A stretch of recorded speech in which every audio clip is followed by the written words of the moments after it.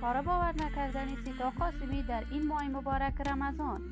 سیتا قاسمی چندین خانواده عیسوی را مسلمان ساخته است.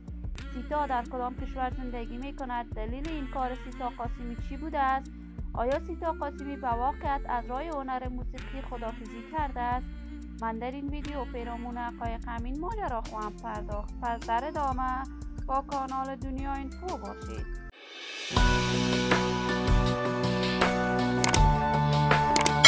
سلام و سلامتی ایام به کامتان باد. شما را خوش آمدید میگم به یکی دیگر از ویدیوهای جذاب کانال دنیا اینفو.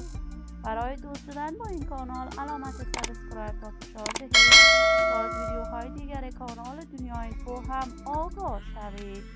سیتا قاسمی هنرمند محبوب دلهای افغانستان، یکی از چهره‌های شناخته شده و سرشناس در هنر موسیقی افغانستان بوده است.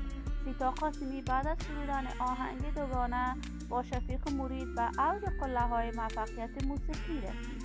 سیتا قاسمی در سال 2008 به طور رسمی و مسلکی به کارهای هنریش آغاز کرد. در آن زمان آهنگ‌های میهنی می‌سرود، ولی آهنگ‌های عاشقانه سیتا قاسمی هم شهرت و محبوبیت خاص خودش را دارد و تاکنون جاودان می باشد. سیتا در سرتاسر افغانستان و در میان فارسی زبانان جهان، بالخصوص مردم تاجیکستان، شهرت و محبوبیت خاصی دارد.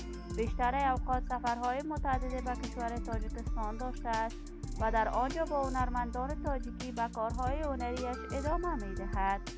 جدیداً تصاویر سیتا قاسمی در این ماه مبارک رمضان در صفحات مجازی درج کرده است که وی تاکنون دو خانواده عیسوی را به دین اسلام مشرف کرده است.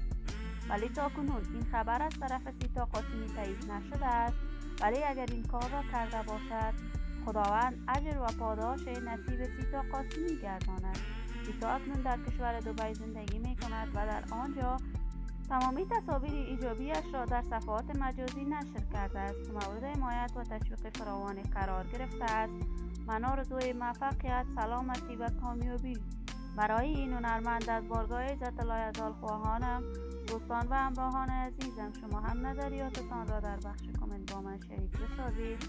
این ویدیو را با علاقه‌مندان و طرفداران سیتا قاسمی به اشتراک بگذارید. اگر تا هنوز دوست کانال دنیا اینفو نشدید، پس برای دوست شدن با این کانال علامت سابسکرایب را فشار بدهید تا ویدیوهای دیگر کانال دنیا اینفو را از دست ندهید.